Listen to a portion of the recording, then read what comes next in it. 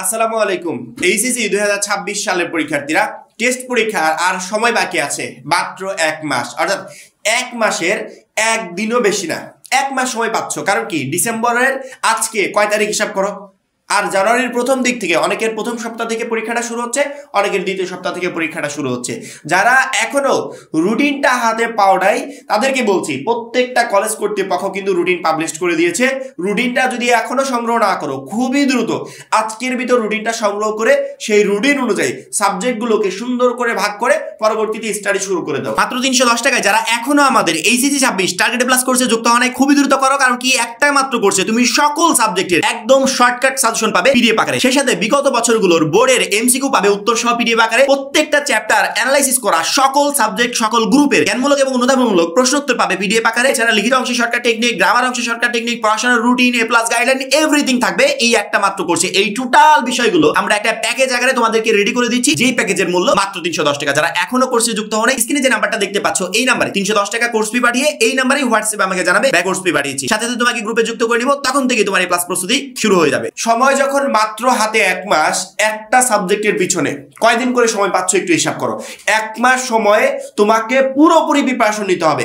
যারা এতদিন যাবত প্রিপারেশন নিয়েছো তাদের এখন 1 মাস সময় জাস্ট রিভিশন দেওয়ার, আর যারা এতদিন প্রিপারেশন ভালো মতো নিতে পারো নাই তাদেরও এই 1 মাস সময় রিভিশন দিতে হবে, সাথে পড়াশোনাটাও করতে হবে। আমরা ইতিমধ্যে একটা রুটিন বানিয়ে দিয়েছি, যে রুটিনটা তুমি সামনের এই টোটাল 1 মাস কন্টিনিউ করবে। কখন কোন সাবজেক্ট পড়বে, গ্রুপ ভিত্তিক সাবজেক্টটা কখন পড়বে, আবশ্যিকগুলো কখন পড়বে, কত সময় পড়াশোনা করবে, টোটাল এভরিথিং নিয়ে একটা রুটিন রেডি করেছি। যে রুটিনটা ফলো করলে যারা এতদিন পড়াশোনা করেছে তারা যেমন রিভিশন দিতে পারবে, প্লাস যাদের প্রিপারেশন সেই লেভেলের হয় নাই ওই রুটিনটা ফলো করে অল্প সময়ে তারাও একটা বেস্ট প্রিপারেশন নিতে পারবে। এবং আমরা তো আমাদের এইচএসসি 26 টার্গেটে প্লাস কোর্সে যা যা দিতে চেয়েছিলাম অল এভরিথিং দেওয়া হয়ে গেছে। ওইগুলো যদি কোনো শিক্ষার্থী কমপ্লিট করতে পারে পরীক্ষার আগ মুহূর্তে, আমার মনে হয় না যে তাকে অতিরিক্ত আর এই বিষয়গুলো নিয়ে টেনশন করতে হবে। ইনশাআল্লাহ সামনের এই 1 মাসে সে তার পুরো সিলেবাসটা কমপ্লিট করতে পারবে, কারণ আমরা প্রত্যেকটা বিষয় একেবারে শর্টকাট প্রসেসে শিক্ষার্থীদেরকে দিয়ে দিয়েছি। যেহেতু সামনে সময় মাত্র 1 মাস, বেশি সময় নেই। হয়তো 2-3 মাস আগেও চিন্তা করছিলাম যে এখনো টেস্ট পরীক্ষার ডেট দেয় নাই, কবে পরীক্ষা হবে তার হিসাব নাই, পরবর্তীতে প্রিপারেশন নিতে হবে। কিন্তু এখন দেখো এই 1 মাস সময় মানে নাকে মুখে হয়ে গেছে, কি রেখে কি করব, কোনটা রেখে কোনটা পড়বো, এরকম একটা অবস্থা।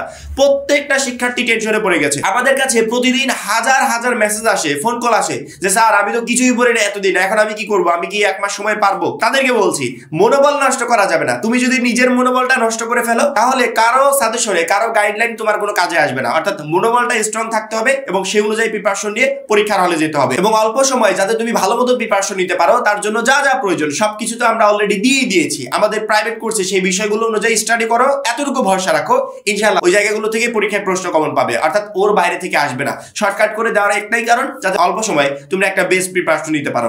সময় যেহেতু 1 মাস, সাবজেক্ট কিন্তু অনেকগুলো। অনেক কলেজ কর্তৃপক্ষ শুধুমাত্র দ্বিতীয় পত্র পরীক্ষা নিবে, আবার অনেকে প্রথম পত্র দ্বিতীয় পত্র দুইটাই পরীক্ষা নিবে।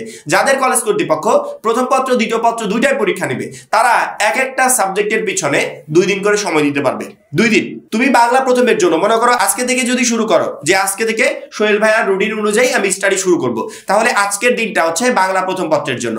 আজকের দিন কালকের দিন এই 2টা দিন বাংলা প্রথম পত্র পড়বে, তার পরবর্তী 2টা দিন বাংলা দ্বিতীয় পত্র, তার পরবর্তী 2টা দিন ইংরেজি প্রথম পত্র, তার পরবর্তী 2টা দিন ইংরেজি দ্বিতীয় পত্র। এভাবে এক একটা সাবজেক্টের পিছনে তুমি 2টা করে দিন সময় পাচ্ছ। অর্থাৎ তুমি যদি প্রথম থেকে শুরু করতে চাও তাহলে 2টা করে দিন তুমি সময় পাবে এক একটা সাবজেক্টের জন্য।